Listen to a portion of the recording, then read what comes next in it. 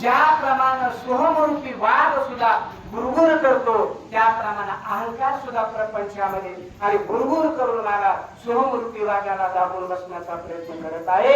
आणि तो असा हा अवस्था सांगतात. काही लोकांना प्रभू रामचंद्राच्या मुळे उपरती प्राप्त होत असते महाराज. आले का लक्षामध्ये?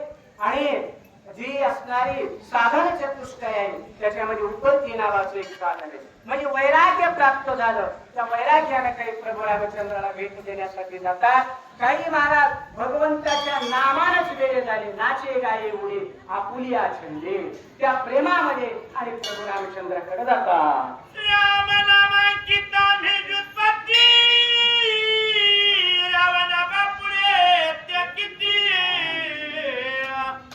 आनंदिया सीतासाठी रघुपती अभिषेको.